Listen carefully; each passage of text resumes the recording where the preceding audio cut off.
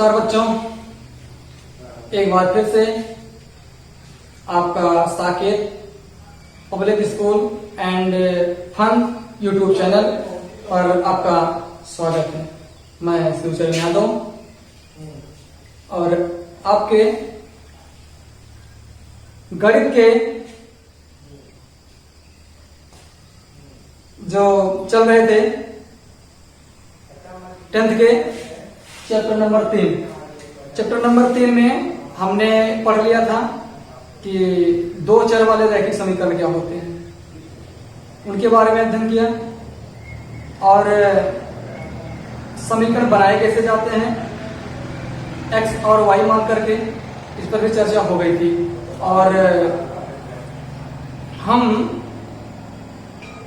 संख्या रेखाएं प्रतिच्छेदित होती हैं अर्थात एक बिंदु पर काटती हैं या समांतर होती हैं या संपाती होती है, 3 प्रकार के कंडीशन हमने 3 एग्जाम्पल के द्वारा आपको हमने रूबरू कराया था, अवगत कराया था। तो जो लोग हमारे पहले इंट्रोडक्शन पार्ट के वीडियो को नहीं देखे हैं वो देख करके इस सेकंड वाले वीडियो को देखेंगे तो आपको ज्यादा से ज्यादा समझ में आएगा। तो उसी कड़ी में आज हम लेके आए हैं चैप्टर 3 का एक्सरसाइज 3.1। तो 3.1 में हम शुरू करेंगे। पहला क्वेश्चन आपके सामने है, पढ़िए क्या कह रहा है। आफताब, कोई एक व्यक्ति है आफताब इसका नाम है, अपनी पुत्री से कहता है, कोई आफताब है, मान लेते ये आफताब है, ये उसकी पुत्री का नाम नहीं दिया गया, ये आफताब है, उसकी ये आफताब की क्या है, पुत्री है। आफताब अपनी पुत्री से कहता है 7 वर्ष पूर्व, अगर पूर्व लिखा है तो मान लीजिए पहले, अगर पूर्व लिखा है तो पहले और बाद लिखा है तो बाद में, आप जानते ही हैं। अगर पूर्व लिखा है तो पूर्व मतलब पहले है तो घट जाता है और बाद में है तो क्या होता है, जुड़ जाता है। चलिए आपको समझ में आ रहा है ना, मजा आ रहा है, मुझे पता है। तो 7 वर्ष पूर्व में तुमसे 7 गुनी आयु का था, अब से 3 वर्ष बाद में तुमसे केवल 3 गुनी आयु का रह जाऊंगा। कौन कह रहा है, आफताब कह रहा है अपनी पुत्री से। तो क्या यह मनोरंजक है? तो पिता पुत्र आयु संबंध का क्वेश्चन है, तो कुछ लोग पहली बार देखेंगे या पढ़ेंगे उनको तो इंटरेस्ट आएगा कि गजब का सवाल है। तो अच्छा सवाल होता ही है।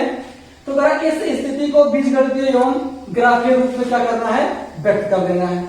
चलिए यहां पर ना हमें यह पता है कि आफताब की उम्र कितनी है प्रेजेंट टाइम में, ना उसकी पुत्री की।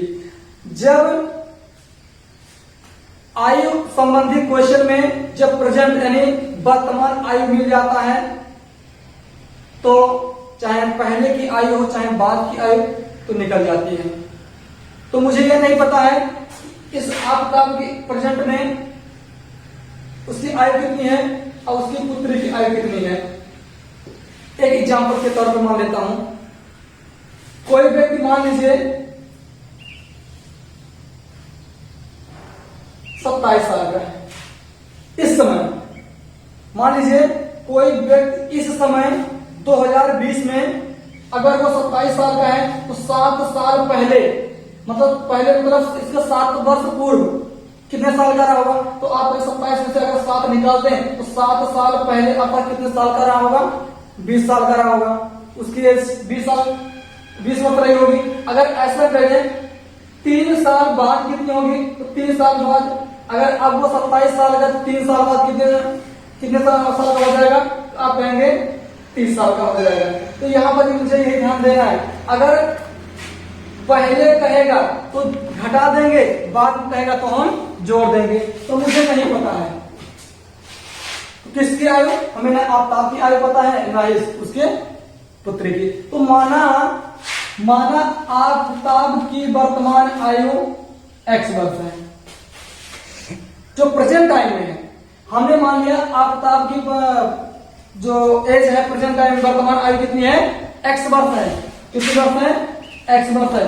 और उसकी पुत्री की आयु y वर्ष है। यहां लिखेंगे सोल्यूशन में, माना आफताब की आयु x वर्ष तथा उसकी पुत्री की आयु y वर्ष है। इसकी तो अब मुझे पता चल गया, नहीं पता था, हमने मान लिया। क्या माना? आफताब की आयु x वर्ष और उसकी पुत्री की आयु y वर्ष। अब आगे बढ़ते हैं। 7 वर्ष पूर्व कौन?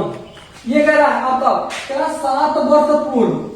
तो 7 अभी हमने वहां पर समय एग्जाम्पल लिया, घट गया। कह रहा 7 वर्ष पूर्व आफताब कह रहा तुमसे मैं 7 वर्ष पूर्व। आफताब ने 7 वर्ष में क्या कर दिया? घटा दिया। जब इस समय ये y वर्ष की है तो उसकी पुत्री भी 7 साल पहले कुछ रहा होगा, उसकी एज रही होगी, तो इसको कर देंगे y माइनस 7। आफताब की आयु हमने मान लिया प्रेजेंट टाइम में x है, 7 साल पहले कितना होगा? x minus 7। उसके पुत्री की आयु प्रेजेंट टाइम में हमने माना y वर्ष, तो 7 साल पहले कितना रहा होगा? y माइनस 7 रहा होगा। तो यहां पर एक कंडीशन तो बन गया, एक कंडीशन बन गया। यहां लिखेंगे प्रथम शर्तानुसार, प्रथम शर्त पहले शर्त के अनुसार आप यानी 7 वर्ष पूर्व आफताब की आयु x माइनस 7 वर्ष,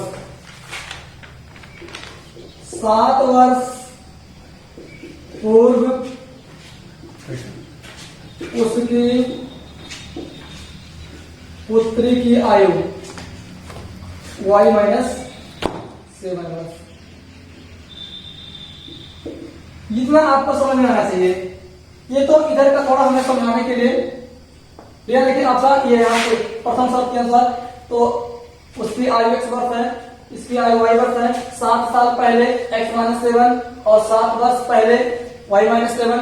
अब क्या कर रहा है? अब आप बताइए पिता बड़ा होगा या उसकी पुत्री बड़ी होगी? आप कहेंगे पिता। तो जो पिता होगा तो पिता की आयु कितनी है? x माइनस 7 बटे छोटा कौन होगा? जो छोटी होगी उसकी पुत्री, इसको लिखेंगे y माइनस 7। कह रहा कितना गुना हो जाएगा? तुमसे मैं 7 गुनी आयु का था, तो इक्वल टू कितना हो जाएगा? 7। तिरछा गुणा कर देते हैं, तिरछा गुणा कर देते हैं तो ये हो जाएगा x minus 7 equal to 7 into y minus 7।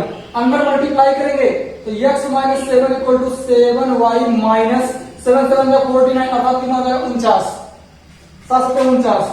तो अब ये जो प्लस है इसको यहां कर दें तो x माइनस 7y माइनस 7 को यहां कर दें तो plus 7 minus 49। x minus 7y और 7 में से 49 घटाएंगे, आप भी कहेंगे हम भी कहेंगे कितना होगा? माइनस 42। अब देखेंगे यहां पर एक इक्वेशन आ गया, जबकि हमें एग्जाम्पल नंबर 1 और 2 में कुछ दिया गया। तो x माइनस 7y माइनस 42 ये हमारा एक इक्वेशन बन गया। अब देखेंगे यहां पर दूसरा कंडीशन यहां से शुरू होता। अब क्या कह रहा है? अब से 3 वर्ष बाद, अब ये 7 साल पहले की बात है, अब जब 3 साल के बाद तो x प्लस 3 हो जाएंगे और ये y साल के यानी y साल के बाद कितना हो जाएगा? ये y प्लस 3। इतना आपको याद रखना है।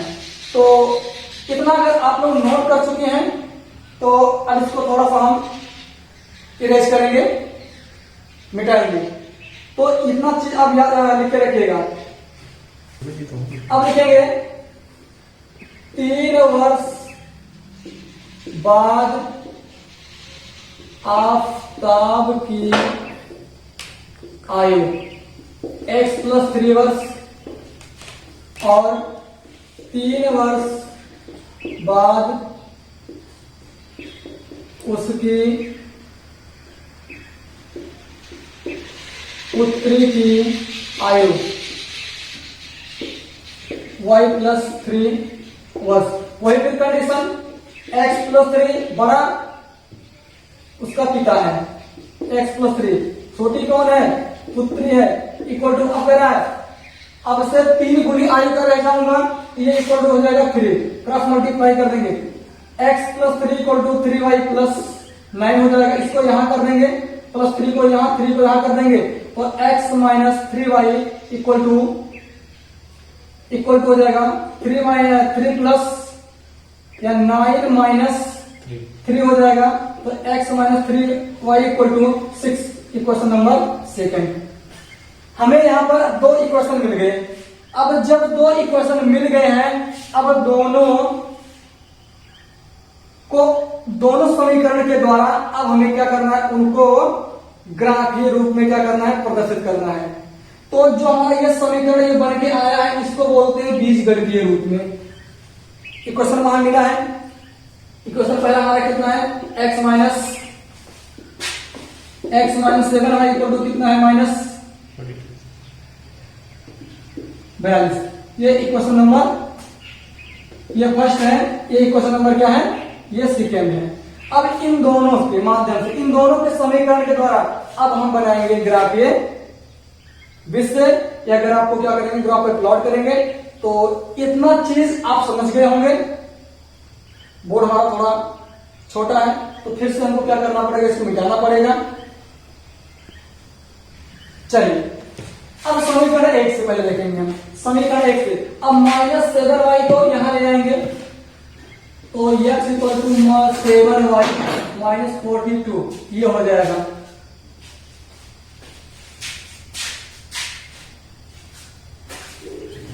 अब यहां पर एक टेबल बनाए हम, एक सारणी ऐसे, यहां x का वैल्यू, यहां y का वैल्यू। x के जगह पर कुछ ऐसा वैल्यू रखा जाए कि देखेंगे ये संख्या तो जो ये वैल्यू बड़ी है, y की जगह ऐसा कोई वैल्यू रखें ताकि जो हमारा ग्राफ बने वो क्या बन जाए, छोटा बन जाए। क्या बन जाए, छोटा बन जाए। तो यहां पर क्या होगा हमारा, अगर हम y की जगह पर 6 रख दें, कितना रख दें, 6, तो 7 × 6 - 42, 42 - 42 ये कितना हो जाएगा, इसका वैल्यू कितना हो जाएगा, 0 हो जाएगा। अगर y की जगह पर 5 रख दूं, तो 7 × 5 - 42, 35 - 42, और 35 में से 42 निकाल देंगे, माइनस कितना हो जाएगा, 7 हो जाएगा। कितना हो गया हमारा। अब दूसरे से अगर x इक्वल टू अगर 6 - 3y कर रहे हैं, यहां ऐसे एक टेबल बनाए, ये x हो जाएगा, यहां y की जगह ऐसा कोई वैल्यू रखें, अगर y की जगह पे 0 रख दें तो 6 मिलेगा, और अगर मैं y की जगह पे 1 कर दूं तो 6 - 3 × 6 - 3 तो 3 बचेगा। तो इतना आप लोग करना जानते होंगे, जबकि इसको हमने बहुत अच्छे ढंग से शुरुआत नहीं बताया था, कैसे वैल्यू करते हैं, कैसे निकालते हैं। अब हम बनाएंगे ग्राफ, इसको बोलते हैं x अक्ष, इसको बोलते हैं y। जहां पर दोनों रेखाएं काटती हैं उसको क्या बोलते हैं, मूल बिंदु। 0 0 +1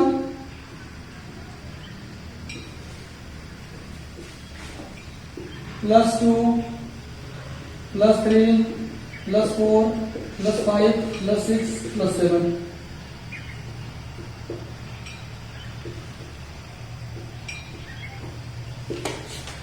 +1 +2 +3 +4 +5 +6 -1 -2 -3 जैसे -1 -2 -3।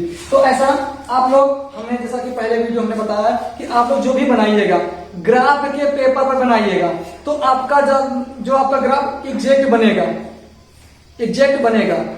नहीं तो हमारा क्या है, ये हाथ से बहुत बड़े तो हम कलाकार या मतलब क्या बोलते हैं उसको, आर्टिस्ट तो है नहीं हम, तो जो आपका फिगर एकदम एग्जैक्ट बना देंगे, इतने बड़े तो हम कलाकार नहीं है, आर्टिस्ट का नहीं है। तो यहां पर देखेंगे पहला वैल्यू 6 का है, x का है, x पर 0, x पर 0 यही रहेगा।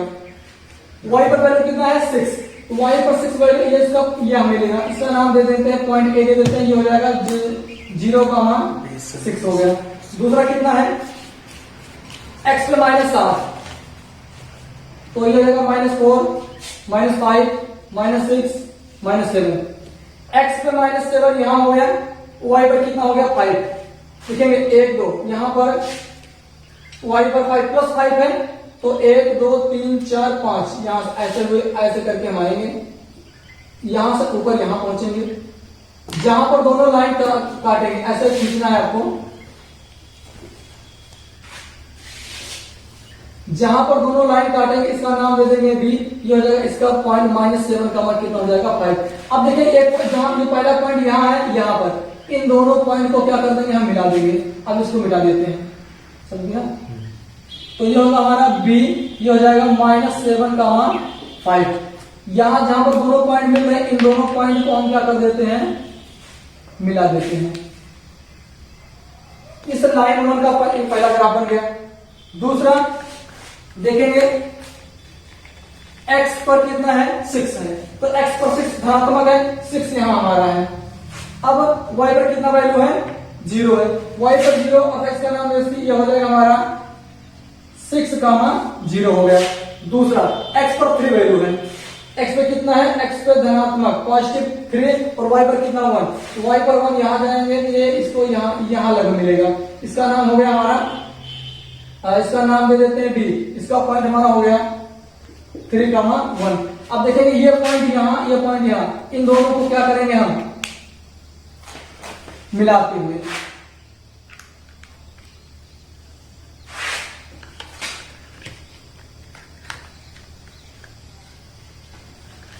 यही हमारा क्या है ग्राफ है।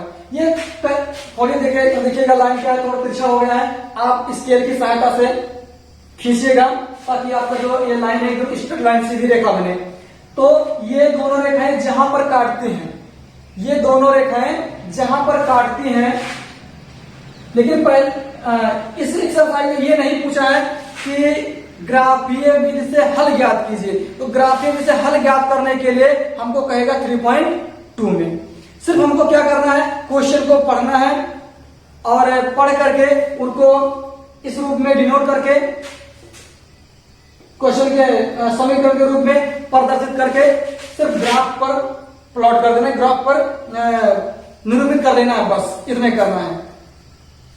तो आशा करते हैं ये चीज आपको समझ में आया होगा। रही बात सोल्यूशन की, जहां पर दोनों रेखाएं काटेंगे, मान लीजिए -7 का 5 काट रहा है, दोनों इसका और इसका दोनों का कटान एक ही है, तो वही पॉइंट मान लीजिए क्या बी है -7 का मान कितना 5, इसका सोल्यूशन हो जाएगा। कब होगा, जब ये पहला हमने आपको बताया पहला वैल्यू किसका होता है x का, तो x इक्वल टू -7 हो जाएगा और y इक्वल टू कितना हो जाएगा 5। हम ये नहीं कर रहे हैं कि x का वैल्यू यहां पर रख दें और y का वैल्यू यहां रख देते हैं और दोनों पक्षों का मान बराबर हो जाता है, ऐसा हम नहीं कह रहे हैं। अब होगा भी, अगर होगा तो अगर मान लीजिए ये हो गया तो हमारा जो ये डायग्राम ये फिगर बना हुआ है तो सत्य है, अगर नहीं हो रहा तो असत्य है, इसलिए क्योंकि ये हाथ का बना हुआ है इसलिए कुछ त्रुटि हो सकती है बस। तो आशा करते हैं ये चीज आपको समझ में आया होगा। ग्राफ पर आप जरूर बनाइएगा। बढ़ेंगे अगले क्वेश्चन पर। तो हमारा दूसरा क्वेश्चन है, क्रिकेट टीम के एक कोच ने 3900 रुपए में 3900 में 3 बल्ले ने 3 बैट तथा 6 गेंद खरीदी है और बाद में उसने एक और बल्ला यानी केवल एक बल्ला एक बैट और उसी प्रकार की 3 गेंदें जैसा कि पहले खरीदा उन्होंने। तो इस स्थिति को बीजगणितीय तथा और ज्यामितीय रूप में क्या करना है, जिन्हें प्रदर्शित करना है, निरूपित करना है। अब मुझे ये नहीं पता है कि एक बैट और एक गेंद का दाम कितना है, तो नहीं पता है तो मान लेते हैं। माना एक बल्ले का दाम x रुपया, माना एक बल्ले का दाम यानी या मूल्य x रुपया तथा एक गेंद का मूल्य y रुपया है। कितना हो गया? जब एक बल्ले का दाम x रुपया तो 3 बल्ले का दाम कितना हो गया? 3x। प्रथम शर्तानुसार, प्रथम शर्तानुसार 3x प्लस, तो माना एक बल्ले का मूल्य x रुपया और एक गेंद का मूल्य y रुपया है। तो प्रथम शर्त के अनुसार कह रहा है तो अगर एक बल्ले का दाम x रुपया है तो 3 बल्ले का कितना 3x हो जाएगा, और एक गेंद का दाम y रुपया है तो 6 गेंद का कितना हो जाएगा? 6y बराबर कितना हो जाएगा? 39 हो जाएगा। ये 3900 के बराबर। यहां से अगर हम 3 कॉमन कर लें, x प्लस कितना हो जाएगा? 2y, और हो जाएगा कितना? 3900। अगर 3 से काट देते हैं 13 3 39, 1300 हो जाएगा। x plus 2y equal to 1300। Question number first. द्वितीय शर्तानुसार, द्वितीय शर्तानुसार दूसरा क्या बोला? उसी प्रकार की एक बल्ला, उसी प्रकार की एक और बल्ला, यानी उसमें एक और बल्ला, यानी केवल एक बल्ला उसी प्रकार की जो पहले प्रकार। तो एक बल्ला कितना? एक बल्ले का दाम x रुपया, तो एक कितना x हो जाएगा, प्लस कितने गेंद खरीदा है? उसी प्रकार की 3 गेंदें।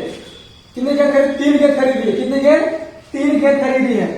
3 गेंद खरीदी है तो अगर एक गेंद का दाम y रुपया, 3 गेंद का कितना हो जाएगा? 3y। टोटल कितने में हो रहा है?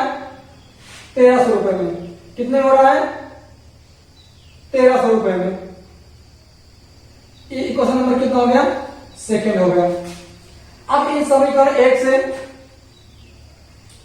इन समीकरण 1 से या 2 से हम क्या करेंगे? ग्राफ प्लॉट करेंगे। क्या करेंगे? ग्राफ प्लॉट करेंगे। अब इतना आप लोग नोट कर लिए होंगे, वीडियो को पॉज करके नोट कर लीजिएगा। अब आगे बढ़ेंगे हम इस पर, ग्राफ पर।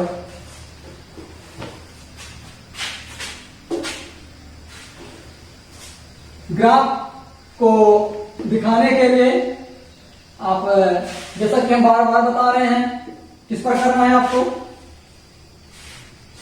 तो x plus 2y equal to 1300 first हो गया। दूसरा है x plus 3y equal to कितना हो जाएगा? 1300। ये 2 हो गया। चलिए यहां पर x इक्वल टू यहां कर देंगे 1300 माइनस कितना हो जाएगा? 2y हो जाएगा, 2y। यहां पर x का वैल्यू, ये y का वैल्यू। यहां पर y की जगह ऐसा कोई, अब देखिए यहां पर बिना अब बड़ा वैल्यू रखे आपका काम बनेगा नहीं। हमको y का कुछ 100 में, 200 में, 500 में, 600 में ऐसा वैल्यू रखना पड़ेगा ताकि जाके उसके नियरेस्ट पहुंचेंगे। ठीक है ना? चलिए, तो अगर y की जगह पर अगर मैं यहां पर कितना रख दूं? 600 रख दूं, तो 6 दूना 1200 और 1300 में से 1200 निकलेगा, कितना हो जाएगा? कितना हो जाएगा? 100 हो जाएगा। कितना हो जाएगा? 100 हो जाएगा। इसी प्रकार अगर मैं y की जगह पर 500 रख दूं, कितना रख दूं? 500, 5 दूना 10, 1000, कितना बचेगा यहां पर? 300 हो जाएगा। कितना हो जाएगा? 300 हो जाएगा। ये कोई खास मानी नहीं है, आप अपने हिसाब से भी वैल्यू ले सकते हैं, अपने मन से कोई बाउंडेशन नहीं है। जैसा आप रखना चाहें, जो रखना चाहें, जैसी मर्जी, तो छोटा वैल्यू रखिए, बड़ा वैल्यू रखिए, आपकी मर्जी है। यहां से दूसरे से x इक्वल टू हो जाएगा 1300 माइनस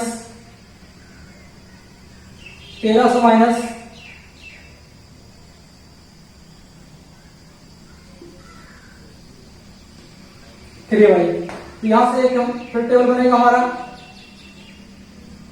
x हो जाएगा, y हो जाएगा। यहां पर अब y का वैल्यू कुछ रखें, यहां पर y की वैल्यू यहां रखें। अगर y की जगह अगर मैं 500 रख दूं, कितना रख दूं? 500, 5 तिया 15, 5 तिया 15।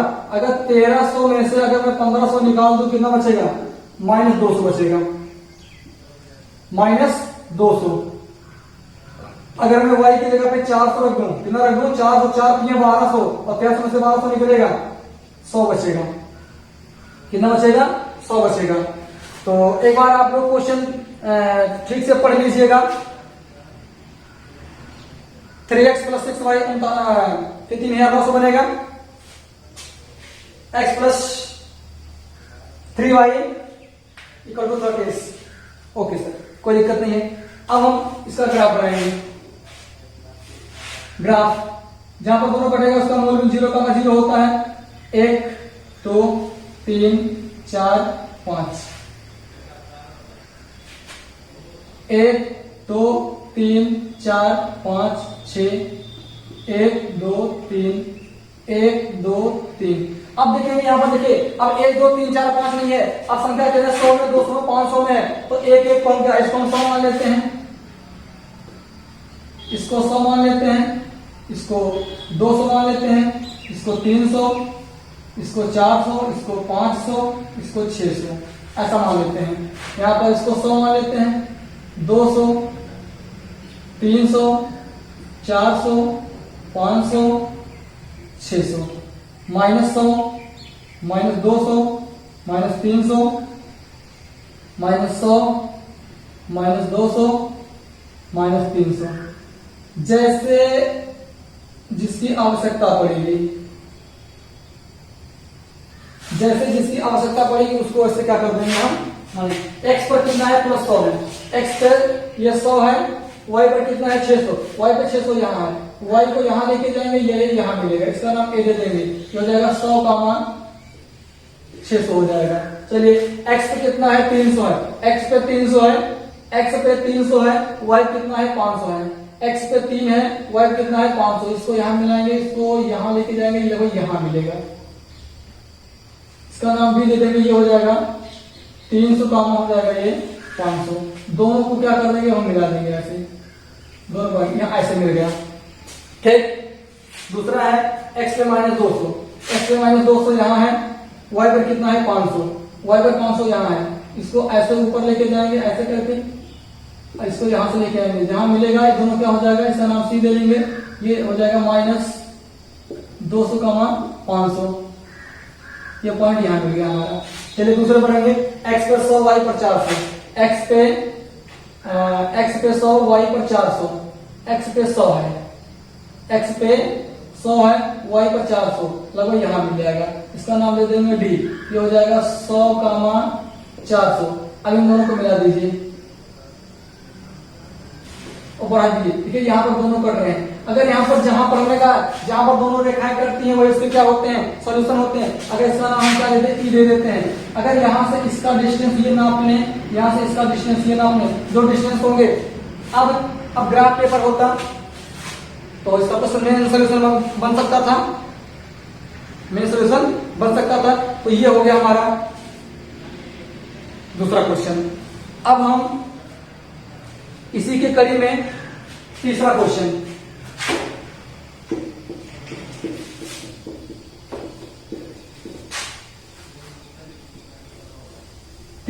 देखेंगे।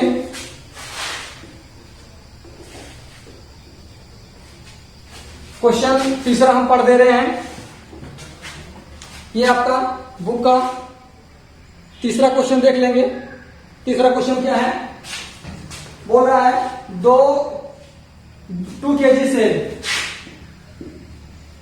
2 kg सेब और 1 kg और 1 kg अंगूर,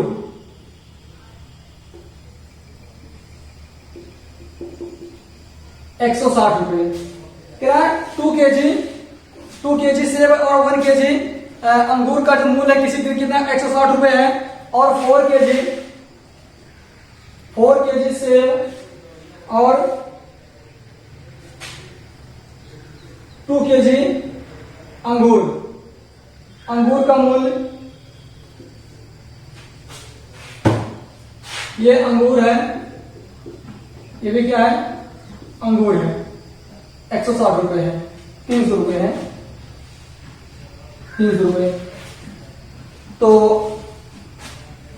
किसी दिन 2 kg केजी सेब और 1 केजी अंगूर का जो वैल्यू है, टोटल प्राइस है, टोटल रुपया वो कितना है, 160 रुपए है। उसी 4 केजी और 2 केजी के लिए उसका दाम वैल्यू कितना है, 300 रुपए है। कितना है, 300 रुपए है। तो मुझे नहीं पता है कितना है। तो माना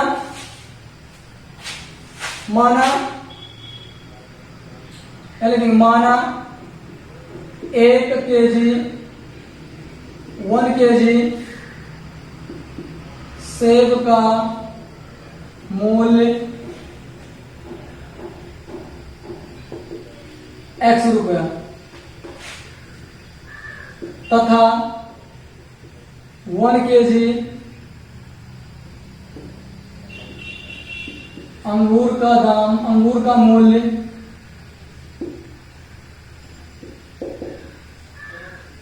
y रुपया है। ठीक, इसका x हो गया, इसका y हो गया, इसका x हो गया, इसका क्या हो गया, y हो गया। जब माना 1 केजी सेब का मूल्य x रुपया, तो 2 केजी कितना हो जाएगा, 2x।